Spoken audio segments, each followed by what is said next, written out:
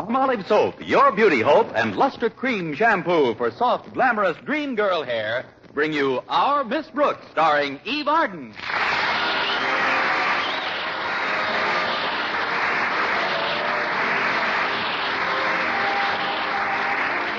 Our Miss Brooks teaches English at Madison High, and though she's fond of her work and her pupils, these last few days have been rather hectic. In fact, she's even had to neglect her favorite faculty member, biology teacher Philip Boynton. And when I have to neglect Mr. Boynton, you can be sure things are hectic. Of course, like most scientific men, he's rather preoccupied. But he doesn't spend all his time looking at frogs and white mice in his laboratory. No, indeed. Every Friday, he goes to the zoo and looks at frogs and white mice. But in spite of his apparent absorption in scientific matters, I can't help feeling that deep down underneath, there's a definite lack of interest in me. But I keep trying. Now, take this past week, for example. I had to get the midterm examinations ready, but I wanted desperately to get my work done by Thursday afternoon so I could keep a date we had for that evening. But maybe I'd better start at the beginning. Thursday morning, my landlady, Mrs. Davis, woke me promptly at 7:30. Oh, Connie, it's 7:30. You've got to get up. Come on in, Mrs. Davis. Time to rise and shine, my dear. Oh, I may rise, but you'll have to get your own shine. I'm glad you got me up on time, though. Maybe I can make up a few questions before my first class. I don't think you should do anything before you finish your work at school. You've been going at this midterm examination too hard, Connie. I don't like to scare you, but I'm worried about your health. Oh, it's sweet of you to take such an interest in me, Mrs. Davis, but work doesn't bother me. I'm healthy as a horse. Well, just the same, overwork isn't good for anyone, even a horse. You wouldn't want to get gray around the mane, would you? Oh. Heaven forfend. But I figured I'll be all right if I keep my fetlock shampooed regularly. Luster cream shampooed, that is. You've got to build yourself up, Connie. Here, I brought you some juice to drink before breakfast. Taste it and tell me what you think it's made of. I should know better, but here goes. Oh, that's stronger than usual. What's in it, Connie? Well, I would say you took a raw potato, 1 hard-boiled egg, some rye crisp, a cup of kidney beans, and some spinach, and threw them into the mixmaster. You're slipping, dear. You forgot the hominy grits. Well, I think I'll skip the juice this morning, Mrs. Davis. I've got to hurry. Walter Denton's picking me up in his car. Oh, is yours in the shop again? Oh, definitely. But the repair job this time won't cost me as much as the fine I had to pay. $20 for parking. $20? Where in the world did you park? The lobby of the Stevens Hotel. But how did you ever get in there? Just like anybody else, through the revolving door.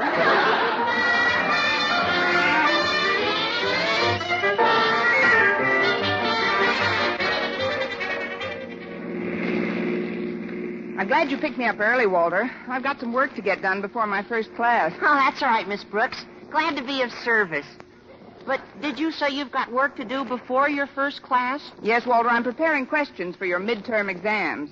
It's rather difficult getting the right ones. Well, if I may make a suggestion, why don't you forget about the difficult questions and think up the simple ones? That would make it easier on you, wouldn't it? Yes, but frankly, I question your motives. I wasn't thinking of myself, Miss Brooks. It's just that I've been looking at you while I'm driving here out of the corner of my eye, sort of, and, well, you... Walter, look out for that truck!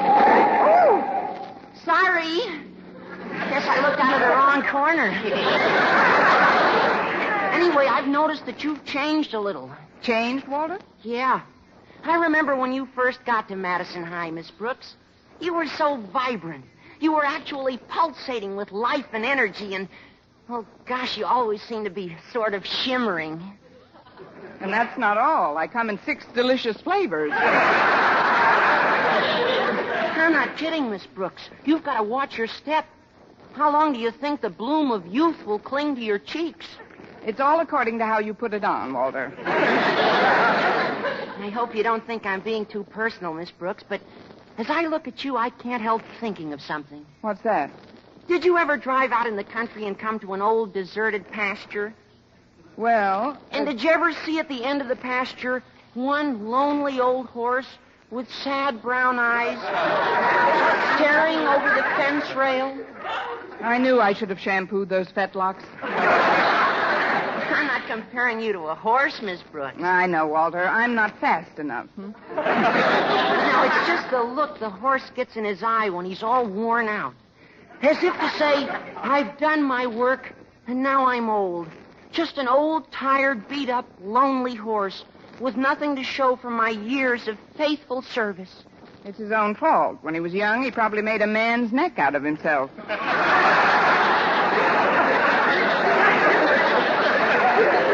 I appreciate your interest in me, Walter, but believe me, I'm not ready for the glue factory yet. I hope you're not offended, Miss Brooks. Oh, of course I'm not, Walter. You know how I feel about you. Gosh, I think you're a thoroughbred. I mean, I just don't want you to get run down. I won't, Walter. I'm used to hard work. I've been working since I was a young girl. Really? I didn't think they let girls work way back in those days. That is, what kind of work did you do then? I helped my mother mostly. They had mothers in those days, too. What did you do for your mother? While Father was out hunting dinner, I used to help clean up our cave. You sound a little sore, Miss Brooks. Oh, don't be silly, Walter. Why should I be sore? Well, the way I word things sometimes, it's a little unfortunate. Like the stuff about the horse and all. I know you meant it for my own good. Forget it, Walter. I have. Well, here we are. I'll find a place to park, Miss Brooks. You go ahead. Thanks, Walter. Oh, before you go, Yes, Miss Brooks? got a piece of sugar?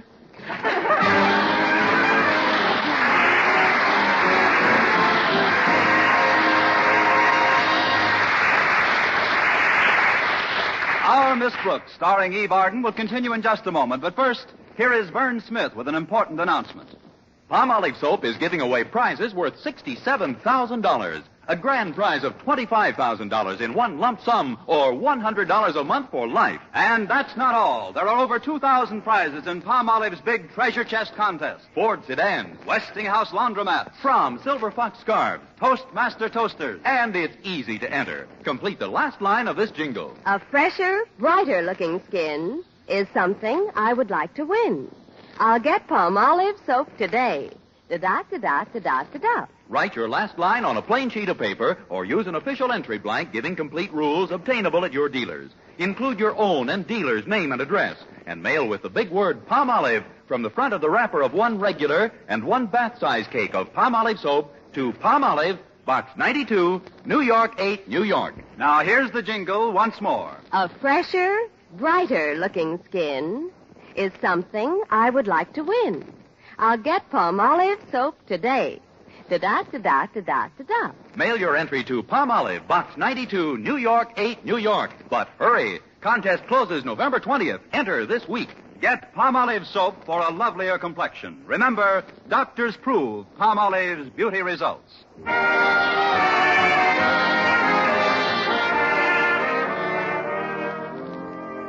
Daddy, you're the principal of this school, and you've got to do something about it. About what, Harriet? About what I've been talking about. Miss Brooks overworking. I was talking to Walter Denton, and he told me that Mrs. Davis told him that Miss Brooks is just killing herself. But, Harriet, Now, one way to scare a woman into doing something, or not doing something for that matter, is to make her think she's losing her looks.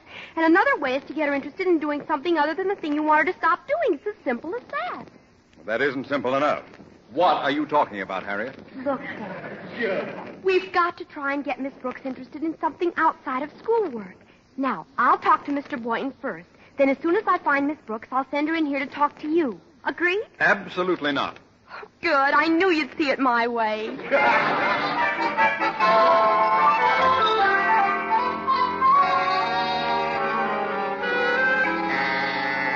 That's the end of the period, boys and girls. Class dismissed. Miss Brooks, could I talk to you for a minute? Certainly, Harriet. Come on up to my desk. Miss Brooks, as one woman to another, I'd like the privilege of being frank with you. Go ahead, Harriet. Well, you're working too hard, Miss Brooks, and it's beginning to show. Where? Oh, I don't mean you're falling apart physically or anything. It's just your attitude. Since these midterm exams have to be written, You're almost constantly preoccupied. You don't seem to have your old sparkle and crackle. Oh, great. Now I'm a bowl of cereal. I know conditions in school are pretty awful nowadays, and, well, you've got a big load to pull. Here we go again. Giddy up, Miss Brooks. There's a look you get sometimes, like a... Oh, don't say it, Harriet. Oh, I wouldn't hurt your feelings for the world, Miss Brooks. There's nothing really radically wrong with you. It's just that you're taking this exam too seriously. Why, I noticed you yesterday in the cafeteria with Mr. Boynton. He just seemed to nibble at your food. Oh, that's just to make Mr. Boynton feel at home. He's very fond of rabbits, you know. You should forget about work when you're at lunch. Today I want you to relax. Sit down at that table and really tie the feed bag on. I'll cut those fetlocks off, that's what I'll do. Oh, by the way, Miss Brooks, Daddy would like to see you in his office. Mr. Conklin? What does he want to see me about, Harriet? Well, I'm sure I don't know. Maybe as principal of this school, he feels it's his duty to keep his teachers happy. Of course, you've got to know how to handle Daddy. What do you mean, Harriet? Just take the bit in your teeth and don't let him drive you too hard. Okay.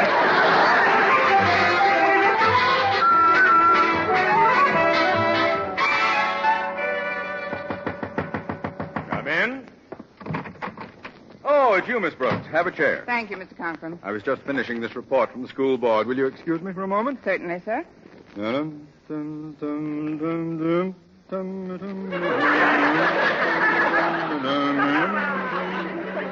Oh, she is so.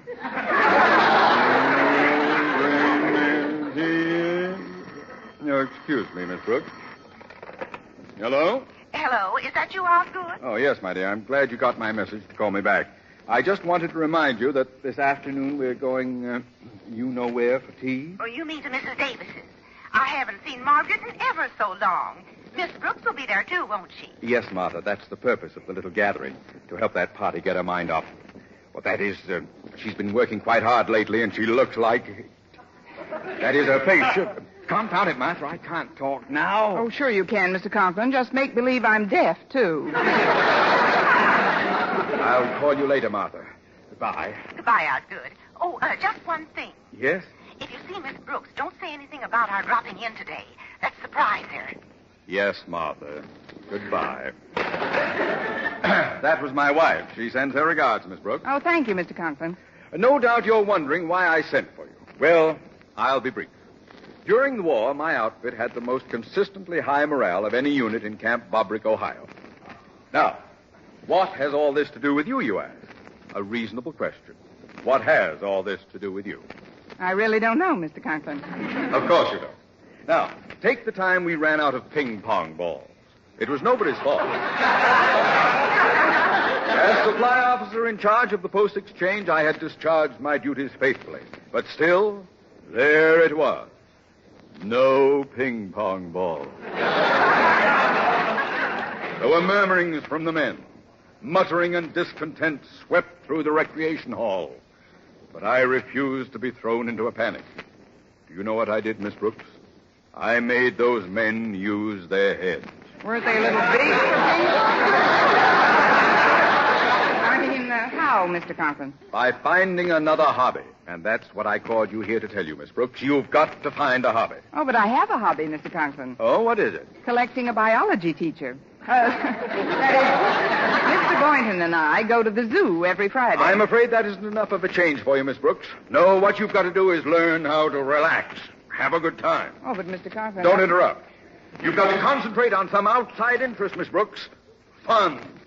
That's what you've got to have. Fun and gaiety. You've just got to enjoy life more. Be merry. Laugh. Laugh! I don't know just what sort of form your hobby should take, but you've got to get one. You've got to, Miss Brooks. Oh, please, Mr. Conklin, remember your blood pressure. I'll get one. I'll have a ginger peachy time. I'll go to Arthur Murray's. I'll do something. You wait and see. Good. Good. That's all I want, Miss Brooks, for my teachers to be happy. That's all I want, Miss Brooks, for my teachers to be happy. Contented and happy. Not nervous. I don't want a school full of nervous wrecks. You hear me? No nerves. No long things. Do we? Huh? Do we? I go, Mr. Conklin, may I make a suggestion? What is it? Did you ever think of getting a hobby?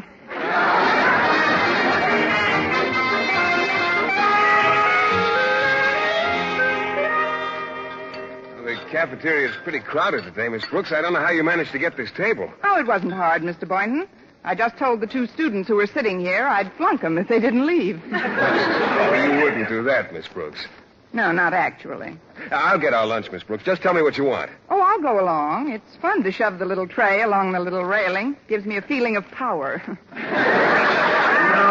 I'd rather you sit here and take it easy. I've noticed how hard you've been working, Miss Brooks, and now that I see you, there's something in your eyes lately that, well, I can't be specific, but they just seem to say... All these years of faithful service, and what have I got to show for it? Exactly. Mm-hmm. Now, I know you've got to get your exam questions set, but the race isn't always to the swift. You've been whipping yourself terribly. Oh, fine. Now I'm my own jockey. I just want you to know, Miss Brooks, that if there's anything troubling you, anything at all, I'd be happy to have you cry on my shoulder. I'd rather laugh up your sleeve. Cry up on that shoulder. Oh, look, Mr. Boynton, it's nice of you to be so concerned, but there's nothing wrong with me. You're right. There isn't a thing wrong with you that a good hobby won't cure. Yes, I know. And I've thought of a wonderful hobby. What's that, Miss Brooks? It's called short ribs of beef and boiled potato. Would you get me some? Why, certainly. You hold our places here, and I'll be right back. Okay, Mr. Boynton. Well, let's see now. Where's that book of questions in English Lit? Maybe I can get a little work done while I'm waiting. Hi, Miss Brooks. Eat lunch yet? No, Walter, but Mr. Boynton's getting me some. Oh, then I won't sit down. Good. Have you seen Harriet Conklin? No, not since this morning, Walter. She seems to have noticed my disintegration, too. Really? Mine has been the swiftest decline since the fall of the Roman Empire. Tell me something, Miss Brooks. Did you ever collect stamps? No, I never did. Then you're in for a treat. See you later with my album. We'll put in a few hundred new specimens I just got. A few hundred? Oh, look, Walter, I'm allergic to mucilage. You better stop at the delicatessen and pick up a spare tongue. Well, so long, Miss Brooks. I'll see you after school. So long, Walter. Oh, what's the use? I'll just have to lock myself in a room if I want to work. Hello, Miss Brooks. Have a nice chat with Daddy? Yes, Harriet, a nice apoplectic tete-a-tete. Your father told me to get a hobby. Have you hit on one yet? No, not yet. Oh, I'm glad. I've got one you'll just go mad for. Patternless crossword puzzles. I'll bring a big super special one over this afternoon. See you then, Miss Brooks. Goodbye, Harriet. And goodbye to my date with Mr. Boynton tonight. Oh, did someone mention my name? Oh, hello, Mr. Boynton. Say, those short ribs look good. Yes, they do. I hope you like to eat them the way I do. Plenty of horseradish. Don't mention it. Well, let's begin. Here's your dish, and here's your knife and fork. Oh, thank you.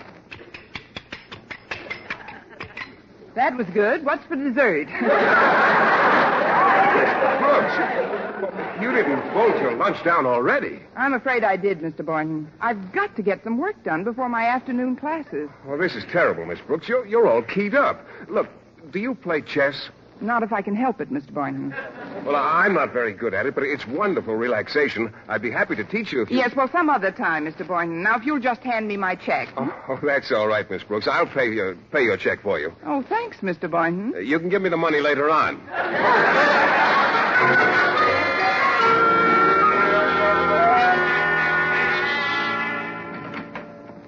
I'm home, Mrs. Davis. Yoo-hoo, Mrs. Davis. I'm in the living room, Connie. Come on in.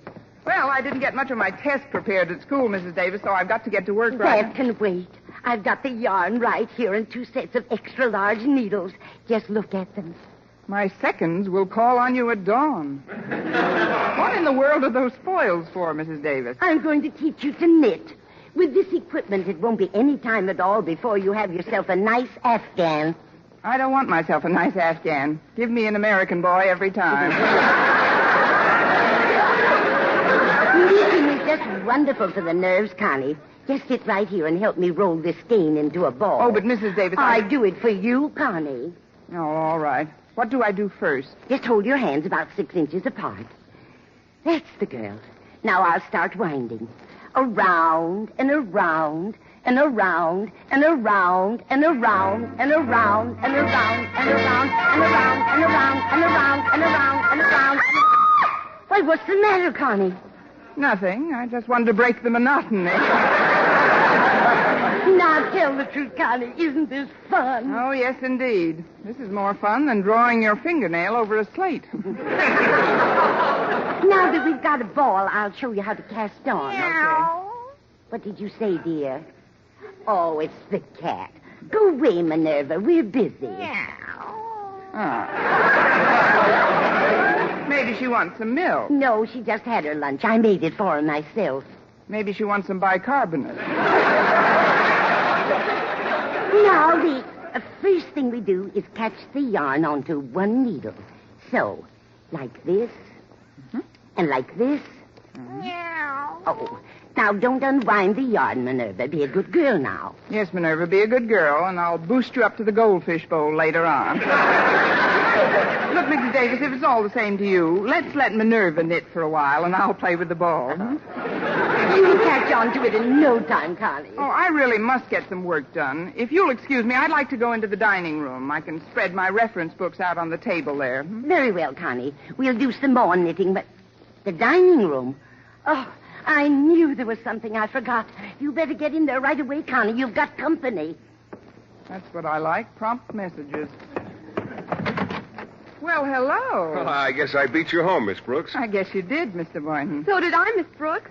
Harriet, did you two come over together? Yes, we did. Oh. I drove him. All this and Walter, too? Well, now that we're all here, suppose we all keep nice and quiet while I do some work. Oh, you can work later, Miss Brooks. Here, I've got the board all set up. Let me show you how to play chess. So go ahead, Miss Brooks. I'll start sorting my stamps and looking for prize specimens to show you. And I'll get a crossword puzzle started so it won't be too difficult Oh, for but you. listen, The first row, here, these little ones here are pawns. They move 1 or 2 spaces forward. I know the moves of the pieces, Mr. Boynton, but honestly, Well, I let's just don't play have... one game, Miss Brooks. I'll go first. There. Now, don't rush yourself. Chess is a very patient, easy-going game. Have you got a clean handkerchief, Miss Brooks? I have to clean my magnifying glass. Here you are, Walter. Oh, Miss Brooks, Yes, Harriet? what's a 6-letter word for horse? Have you tried BROOKS? Oh, I've got an EQUINE. Look at this sesquicentennial Dutch Guiana, Miss Brooks. You can tell by the cancellation it's legitimate. Oh, look through the glass. Oh, very pretty, Walter. It's your move, Miss Brooks. What? Oh, the game. I'll just go here. Oh, here's a funny coincidence, Miss Brooks. I need a 6-letter word for hobby. MURDER. Boy, look at this one. I'll bet there aren't 3 like it in the whole country. Is that good? I'll get it. Hello, Margaret. Well, Martha Conklin and Osgood. Hello, Margaret. Where's the hobby room? Oh. We're in the dining room here, Osgood. Come along, folks. Here we are. Miss Brooks, guess who's here? Dr. Gallup looking for a new hobby. Mr.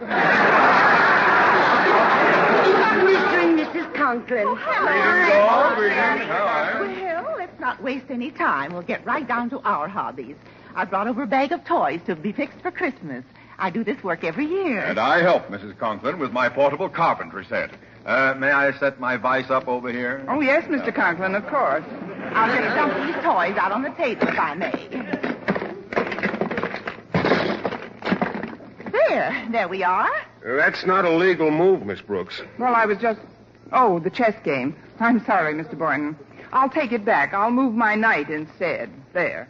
This will do you a world of good, Miss Brooks. Give her a broken toy to fix up, Martha. Think you'd like to stuff a few dolls, Miss Brooks? I just love to stuff a few dolls, Mr. Conklin. Before you do that, Miss Brooks, take this glass and look at this early Cameroon. What's a 4-letter word for purgatory? Harriet. Well, that's got 7 letters. Oh, you mean Harriet. The knight can only go 2 squares vertical and 1 diagonal. Oh, look at this cute little mechanical man. He can walk and everything. I'll just wind him up. Give me some of those pull toys to plane down, Martha. Here you are, dear. Are you having fun, Miss Brooks? Oh, loads, Mrs. Conklin, but would you call the little mechanical man back? He's biting my knitting needles. His electric drill's a beauty. Oh, I think it was a wonderful idea, Daddy, our having a hobby afternoon together. Oh, so do I, Osgood. It's so entertaining. Sure takes your mind off things. I'd better saw some of this down here.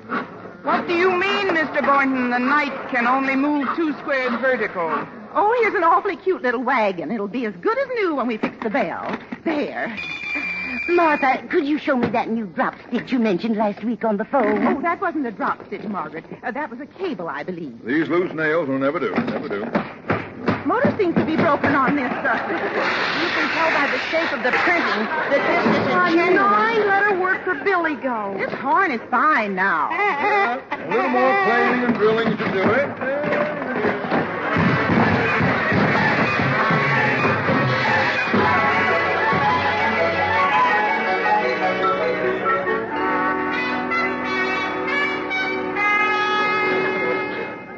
Well, that does it. The last toy is fixed. Yes, and the dolls are all stuffed and painted. It's been a lovely afternoon, Mrs. Davis. Thank you, Osgood. It was nice to have you over. Well, the main thing, of course, is that we were able to interest Miss Brooks in something that could take... Miss Brooks? Miss Brooks? She isn't here. Oh, that's funny. Where could she be? I'll answer it. Hello? Hello, Mrs. Davis. This is Miss Brooks. Connie, where in the world are you? I've discovered a wonderful hobby, Mrs. Davis. What is it, Connie? Making up examination questions in the balcony of the Bijou. Steve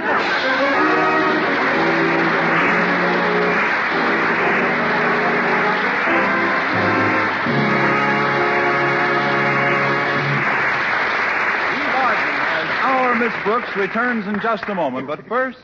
Dream girl,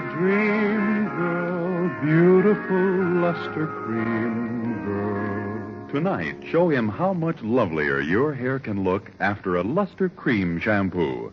Only Luster Cream brings you Kay Daumit's magic formula blend of secret ingredients plus gentle lanolin. Gives loveliness lather even in hardest water. Glamorizes your hair as you wash it. Luster Cream, not a soap, not a liquid, but a dainty cream shampoo. Leaves hair fragrantly clean, free of loose dandruff, glistening with sheen, soft, manageable. Gives new beauty to all hairdos or permanents. 4-ounce jar, $1. Smaller sizes, either tubes or jars.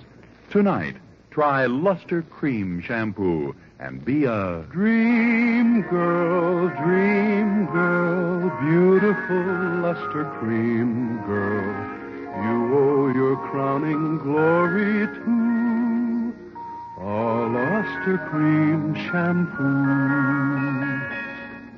And now, once again, here is our Miss Brooks. Well, I didn't get many questions done, but I did see Rita Hayworth in Loves of Carmen. I knew, of course, that with the examination questions still to be done, I'd have to cancel my date with Mr. Boynton. But that was almost inevitable from the beginning. When I finally reached home, I knew I'd have to buckle down. So I headed right to the dining room, opened the door, and turned on the light. Of course, you can move the night too horizontal. Why, Mr. Boynton, if I'd known you were still here, I'd never have turned the lights on.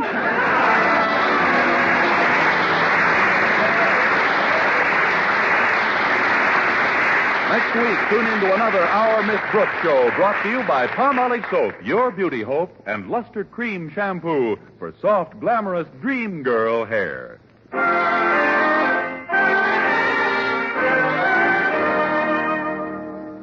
Dentists know what cleans teeth best. And over 4,000 dentists say Colgate Tooth Powder with a 2-minute routine gets teeth sparkling and super clean. So to remove dull film and get your teeth shining clean, just brush teeth 2 minutes morning and night with Colgate Tooth Powder. Brush inside, outside, and biting surfaces. Always brush away from the gums. See how quickly this gets teeth naturally bright. It removes dull film that improper brushing misses. And Colgate Tooth Powder also sweetens your breath. Try it. Buy Colgate Tooth Powder today.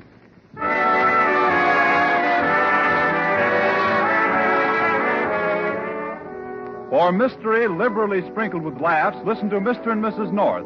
Tune in Tuesday evenings over most of these same stations. And be with us again next week at the same time for another comedy episode of Our Miss Brooks. Bob Lamont speaking. This is CBS, the Columbia Broadcasting System.